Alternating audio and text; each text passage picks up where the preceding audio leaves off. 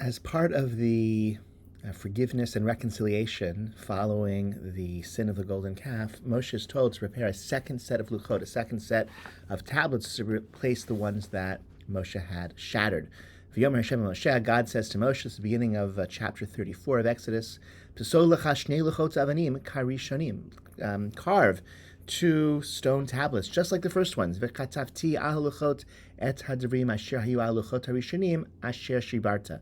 And I will write upon those tablets the words that were on the first set of tablets, asher shibarta, that you have broken. And the rabbis Chazal see that phrase, asher shibarta, which is somewhat redundant, sounding a little bit like asher shibarta, that you shattered, sounds a little bit like yashikoach, asher shibarta. Like, well done.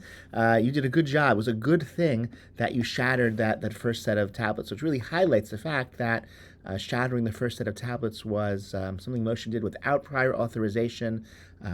Unclear why he felt empowered to do so. They didn't belong to him. And yet he does receive that divine endorsement for shattering that first set of luchot. And I saw this, I heard this from Rabbi Benji Samuel. Some of you know from Newton, Massachusetts. He didn't make this discovery, but he's responsible for sharing it with me.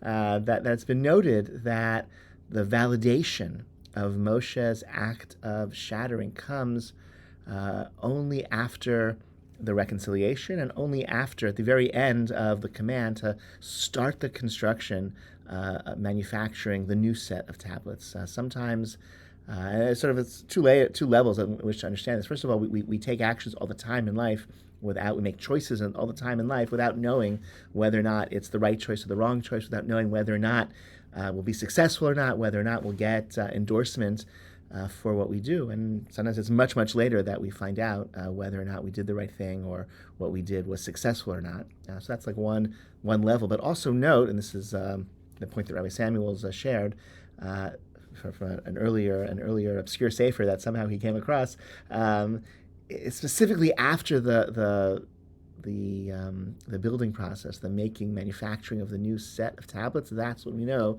that the destruction was received God's endorsement. Sometimes things have to be broken. Sometimes there is a need for destruction, but we only can get validation for that. We only sometimes discover that retroactively it was the right thing to do when we begin to build anew. And so there is a role for shattering, for breaking in any productive life, but we only get validation for it. We only see that the breaking was for a positive purpose once we begin the rebuilding. And so as Moshe could,